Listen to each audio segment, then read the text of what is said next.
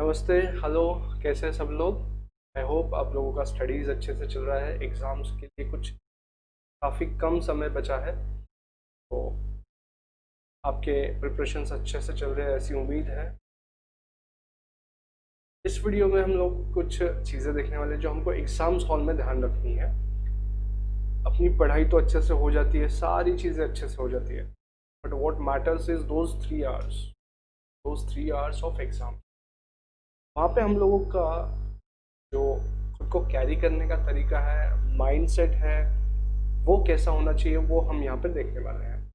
तो let's begin without any further delay. तो इस वीडियो को मैंने कुछ नाम दिया है cheat sheet 3 hours strategy. I hope ये आपको पसंद आएगा और 10 मिनट देखिए ये वीडियो ज़रूर देखना। This 10 minutes can save ample of your time and may save upon the attempt. चलिए देखते हैं। सबसे पहला जो चीज़ है, खुद को एकदम कूल रखना है, ठंडा रखना है दिमाग अपना। आपको जितना समय दिया गया था पढ़ाई के लिए वो आपने कर लिया है, आपने फुल ऑन मेहनत ले ली है। जब आप एग्ज़ाम्स के लिए जा रहे हो तो एकदम ठंडे दिमाग से जाइए, शांत रखिए खुद को, कूल रखिए, कंपोज रखिए। और एग्ज़ाम्स हॉल या आपका एग्ज़ाम सेंटर जो भी है, वहाँ पे जाते समय किसी के साथ कोई डिस्कशन ना करें, वो बेहतर रहेगा। इससे क्या होगा, अब जब एग्ज़ाम हॉल में एंटर कर रहे हो, क्वेश्चन पेपर आपके हाथ में आ रहा है, तो जो क्वेश्चंस है वो जब आप पढ़ोगे तो उनको इंटरप्रेट अच्छे से कर पाओगे, एकदम कॉन्फिडेंस या एकदम कंसंट्रेशन से आपको वो क्वेश्चन पढ़ने में समय मिल जाएगा, क्वेश्चन पढ़ने के लिए समय मिल जाएगा। अब कंसंट्रेशन से पढ़ने की वजह से कैप्चर हो जाएंगी चीज़ें, कहाँ पे पिन मारा हुआ है, कहाँ पे क्वेश्चन में लूप होल है, कहाँ पे क्वेश्चन किस डायरेक्शन में जा रहा है, ये सारी चीज़ें इंटरप्रेट करने में हेल्प होगा। देन ये सारा चीज़ इंटरप्रेट करने के बाद you will be in a better position to write the answer. अगर क्वेश्चन अच्छे से इंटरप्रेट कर पाए हो तभी आप आंसर लिख पाओगे। तो उन सारी चीज़ों के लिए एकदम ठंडा रहना है, बस इतना ही करना है अपने को। देन फिर थ्रू आउट द पेपर यही एटीट्यूड कैरी करना है, एकदम काम composed through out the paper रहना है अपने को। बस इसी चीज़ का ध्यान देना है, फर्स्ट थिंग ये रहेगा अपने लिए। देन फिर नेक्स्ट आते हैं,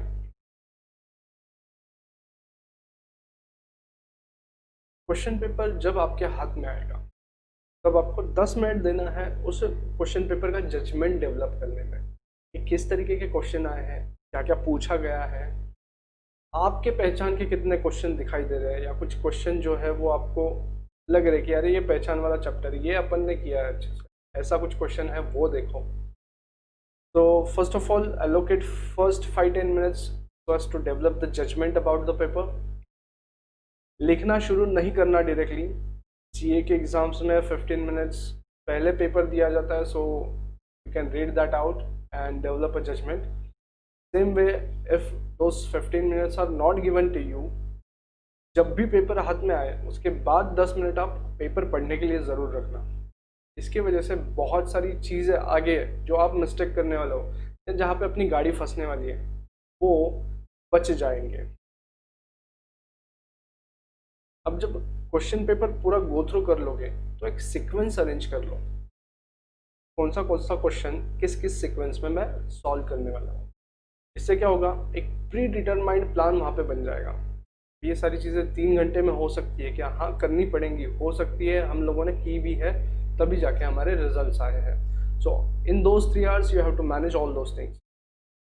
अब जब सीक्वेंस डिसाइड करना है तो क्या पॉइंट्स याद में रखने हैं, किस चीज़ के लिए सीक्वेंस अरेंज कर रहे हैं, तो टाइम एलोकेशन कि मुझे कौन से क्वेश्चन को कितना समय लग सकता है, फिर वो समय बचा लूँ तो आगे के क्वेश्चंस को मुझे काम में आने वाला है।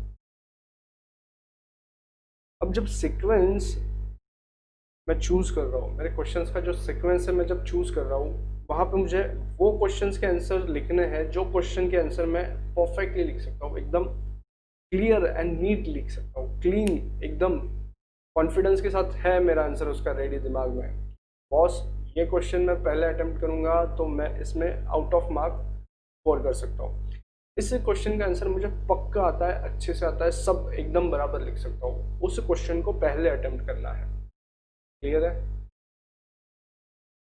अब यहाँ पे क्या हो जाएगा, इफ दिस हैपन्स, पहले जो एग्जाम का एक डर होता है, फीवर होता है, वो धीरे धीरे उतरना शुरू होगा जब हमको क्वेश्चन के आंसर लिखते आना शुरू हो जाएंगे। अब हम आंसर जब लिख रहे हैं तो कॉन्फिडेंस धीरे धीरे बढ़ेगा, just like a game of cricket. पहले जब बैट्समैन आता है थोड़ा समय लेता है, सेट हो जाता है, देन फिर हिटिंग शुरू करता है। Remember the innings of Rohit Sharma ji, उन्होंने भी जो 264 एंड जो डबल सेंचुरीज की है कुछ इसी स्ट्रेटेजी के साथ की है। आपको भी वो स्ट्रेटेजी अपने क्वेश्चन या अपने एग्जाम्स में अप्लाई करना है। दैट्स इट, सिंपल है। कम से कम समय में कुछ इतने मार्क्स सिक्योर कर लो जो आपको पासिंग के लिए लग रहे हैं, वैसे क्वेश्चन चूज करके रखो। से सीए के एग्जाम्स, सीएमए के एग्जाम्स, सीएस के एग्जाम्स में 40 मार्क्स कंपलसरी है इंडिविजुअल सब्जेक्ट में, तो उतना लाने का पहला प्लान हमारा होना चाहिए क्वेश्चन पेपर देखने के बाद। Then rest of the things are there. Question choose कर लिया, फर्स्ट ऑफ ऑल वो वाले जो हम परफेक्ट लिख रहे हैं। सेकंड वाले जहाँ पे सब क्वेश्चंस आपको दिए गए हैं, किसी एक क्वेश्चन में 4 बीट या 5 बीट दिए गए हैं, उसमें भी ऑप्शन है सॉल्व एनी 4 आउट ऑफ 5, इस टाइप के जो भी क्वेश्चन है वो सॉल्व करिए। देन फिर थ्योरी और प्रैक्टिकल पेपर मिक्स होगा तो दोनों ही टाइप के क्वेश्चंस अटेम्प्ट करिए। मिक्सचर होना चाहिए, ऐसा नहीं कि प्रैक्टिकल का पेपर है तो सिर्फ प्रैक्टिकल हिट कर रहे हो आप, थ्योरी को टच भी नहीं कर रहे हो। That will leave a bad impression. दोनों ही टाइप के क्वेश्चंस आप अटेम्प्ट करिए। कुछ ऐसे क्वेश्चंस अटेम्प्ट करिए जो आपका कम से कम समय ले और ज़्यादा से ज़्यादा मार्क आपको दे। फिर से वही चीज़ कि आपके स्कोर्स एक्यूमुलेट होते रहेंगे और पासिंग का चांस ज़्यादा होता रहेगा और नंबर ऑफ क्वेश्चंस जो आपने अटेम्प्ट किए हैं वो भी ज़्यादा हो जाएंगे। लास्टली ये सब करने के बाद जो बड़े क्वेश्चंस होते हैं, चंक, जो बड़ा चंक होता है जो बहुत ज़्यादा टाइम कंज्यूम करता है, जैसा से सीए फाइनल्स का एफआर का पेपर है, वहाँ पे अमलगमेशन एंड होल्डिंग कंपनी के accounts takes huge time, 1 hour for 16 marks, इतना समय चला जाता है। एंड ऊपर से ये भी एश्योरेंस नहीं होता कि वो टैली होगा या नहीं होगा, मतलब वहाँ पे स्कोर करने का कोई चांस या एश्योरेंस नहीं होता है। ऐसे क्वेश्चन को आखिरी में रखिए, उन सारे क्वेश्चन को आखिरी में रखिए जो आपके मिनिमम स्कोरिंग के मार्क्स है वो होने के बाद ये आखिरी में रखिए। सॉल्व हुआ तो भी ठीक है, नहीं हुआ तो एटलीस्ट अटेम्प्ट करना है उन क्वेश्चंस को, इस पोजीशन में उसको रखना है। देन फिर ये अपना ऑलरेडी डिस्कशन हो गया, लास्ट में रखना है इन सारी चीज़ों को, जो आखिरी के बेल बजने का समय रहेगा वहाँ पे ये सारे क्वेश्चंस को अपन टच करेंगे जो कंफ्यूजिंग या हेवी है। ये आंसर अपन लिख नहीं भी पाए तो कोई टेंशन नहीं रहेगा आखिरी में, जो नहीं सॉल्व करते आ रहे हैं, अदरवाइज वो सिस्टमेटिक रिस्क रहेगा सभी के लिए कि ऐसे क्वेश्चन जो अटेम्प्ट नहीं करते आते या आंसर नहीं मिलते हैं वो आखिरी में ही रखने। देन अब ये सारा करने के बाद शांति से सब क्वेश्चन चूज करके सीक्वेंस अरेंज करके वो लिखना भी अच्छे से है। This is the major part. आपको अपना हैंड राइटिंग बहुत क्लीन एंड नीट रखना है थ्रू आउट द पेपर। कोशिश करिए थ्रू आउट द पेपर आप एक जैसा ही हैंड राइटिंग रखें और अच्छे से अच्छा हैंड राइटिंग निकाल पाए। उसके लिए आप डेली प्रैक्टिस भी करिए। अभी जब आप स्टडीज़ कर रहे हो तो राइटिंग प्रैक्टिस अच्छे से करिए, स्टेशनरी अच्छा यूज़ करिए, पेन अच्छे क्वालिटी का यूज़ करिए, ये सारी चीज़ें करिए। मेरा एक आंसर है इसी चीज़ के बारे में, which black pen you are going to use. Quora.com पे एक आंसर मैंने दिया है, 22,000 व्यूज़ उसको आ चुके हैं अभी तक, तो उस आंसर को ज़रूर पढ़ सकते हो आप हैंड राइटिंग इम्प्रूव करने के लिए क्या स्ट्रैटेजीज आपको अपनाना है। And that made a difference, that will make a difference in your scores too. तो पेपर लिखते टाइम पूरा नीट क्लीन लिखना है, शांति से लिखना है, नीट एंड क्लीन। उसके बाद जब आंसर लिख रहे हो तो कोई प्रैक्टिकल क्वेश्चन जब सॉल्व कर रहे हो तो उसको स्टेप बाय स्टेप मार्किंग होता है, कहीं कहीं नहीं भी होता है। डिस्पाइट ऑफ दैट फैक्ट, देंगे नहीं देंगे, अपने को आंसर को स्टेप बाय स्टेप प्रेजेंट करना है, अपने practical answers step by step present करना है। देन जो वर्किंग नोट आपने बनाए हैं जो भी नोट्स लिखे हैं, एजम्पशंस लिखे हैं, वो आपके आंसर के पार्ट बनने चाहिए। That should form part of your answer. वो होंगे तो ज़्यादा के मार्क नहीं मिलेंगे, लेकिन वो नहीं होंगे तो मार्क ज़रूर चले जाएंगे आपके। सो मेक श्योर कि आपके main answers and working note combine करके आपका आंसर बने। थ्योरी क्वेश्चंस जो हैं उनके आंसर बहुत लेंदी होने चाहिए, ऐसा नहीं होता है हर बार। जहाँ पर जितना ज़रूरी है उतना ही लिखिए। कोई क्वेश्चन अगर 6 मार्क्स के लिए पूछा गया और उसमें 4 ही बिट लिख पाते हो तो बस उतना ही लिखना है, और एक्चुअल में उसके 4 ही बिट आते तो बस उतना ही लिखिए। उसको खींचिए मत कि 6 मार्क के लिए दिया है 4, अच्छा नहीं दिखेगा ना, थोड़ा लिख देते हैं ज़्यादा का, ऐसा बिल्कुल नहीं करना है। जितना लिखना है बस उतना ही लिखना है, ज़्यादा का कुछ भी नहीं लिखना है। क्यों खाली फोकट एफर्ट्स लेने लगाने का एग्जामिनर को, जो पेपर चेक करे उसको। अच्छे खासे 4 पॉइंट लिख के 6 मार्क ले लो, चुप ज़्यादा का लिख के ना जो 6 आने वाले वो भी मत गमा बैठना। जितना पूछा है बस उतना ही लिखो। इन 3 क्वेश्चंस के आंसर्स को आप लिखते समय बुलेट फॉर्म में लिख सकते हो, पॉइंटर फॉर्म में लिख सकते हो, नंबरिंग के साथ लिख सकते हो। नंबरिंग अवॉइड करिए, बुलेट फॉर्म्स यूज करिए। ये सारी चीज़ें हो गई लिखने के बारे में। सब फैंटास्टिक चल रहा है सर, प्लान के अकॉर्डिंगली मेरा पेपर भी सॉल्व हो रहा है, मैं लिखने की कोशिश भी अच्छे से कर रहा हूँ, सब neat and clean, everything everything. But एक क्वेश्चन ऐसा आ गया जहाँ पे मैं स्टक डाउन हो गया, मेरा आंसर ही आगे नहीं भाग रहा है। Take a long breath. होता है, सभी के साथ होता है कि कोई क्वेश्चन ऐसा होता है, चूज करते हैं हम, सोच समझ के चूज करते हैं, लेकिन फिर भी अटक जाता है कहीं ना कहीं। कोई दिक्कत नहीं है यार, take a long breath, keep that answer for some time, छोड़ दीजिए उसको, साइड में रखिए, थोड़ा जगह छोड़िए, अगला क्वेश्चन अटेम्प्ट करिए।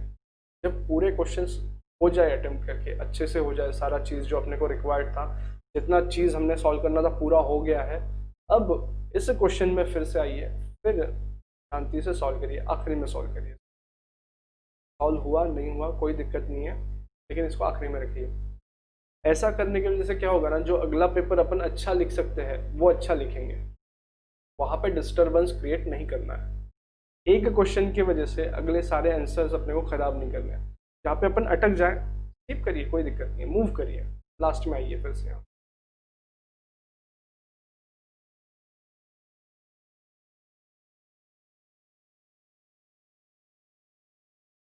देन आपका आंसर लिखने का तरीका तो मैंने बताया ही है कि आपको क्लीन एंड नीट लिखना है थ्रू आउट द पेपर।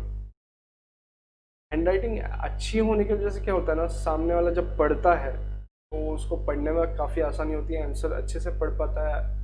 और आपने अगर हाईलाइट किया है आपके आंसर को, कहीं पे बॉक्स करके रखा है मेन आंसर को, या अंडरलाइन करके रखा है, तो उसका नज़र बराबर वहाँ पे जाता है।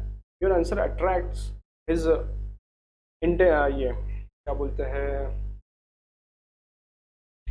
उनका ध्यान यहाँ पे आ जाएगा आपकी तरफ, और वही ज़रूरी है।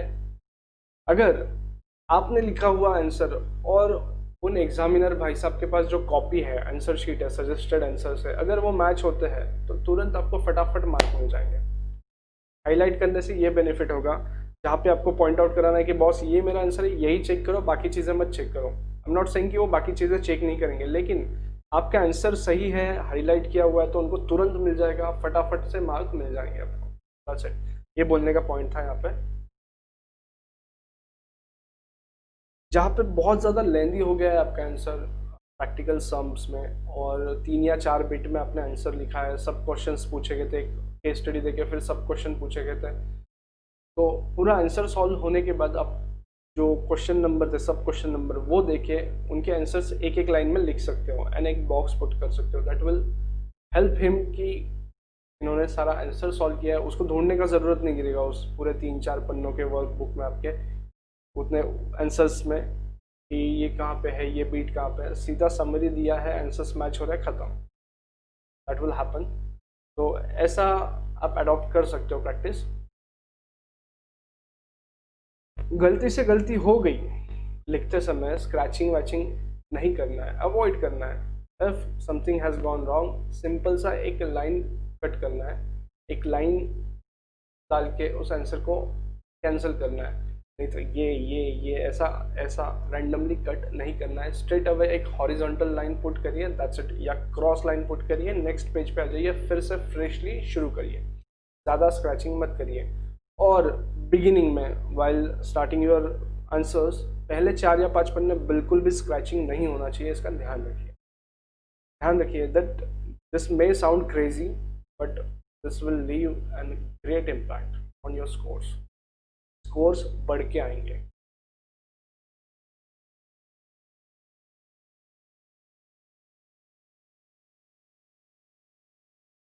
ये सारी चीज़ें अपनी डिस्कस हो गई है।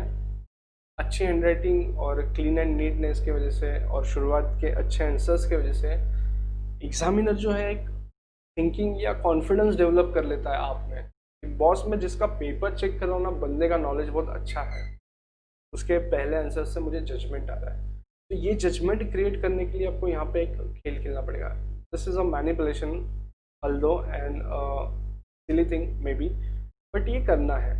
बिगिनिंग में सारी चीज़ें नीट एंड क्लीन ही रखनी है सो दैट एक एजम्पशन या उनकी वो कॉन्फिडेंस डेवलप हो जाए अपने में। अच्छी हैंडराइटिंग की वजह से ज़्यादा मार्क्स आएंगे ऐसा नहीं बोल रहा हूँ, लेकिन मार्क्स ज़रूर कट जाएंगे। किसी चीज़ को आपने सही लिखा है, एकदम सही लिखा है, लेकिन वो हैंडराइटिंग पढ़ते ही नहीं आ रही है, तो जो मिलने वाले मार्क्स थे अदरवाइज वो नहीं मिलेंगे। तो good handwriting will secure your marks and जाने नहीं देंगे मार्क्स को। ये चीज़ यहाँ पे बोलना चाह रहा हूँ। तो इन सारी चीज़ों को फॉलो करिए, this will surely change the results. जो बचा हुआ समय है उसको अच्छे से यूटिलाइज करिए, अच्छे से पढ़िए, शांति से पढ़िए, कॉन्फिडेंस से पढ़िए और तैयारी करिए अपने एग्ज़ाम्स की।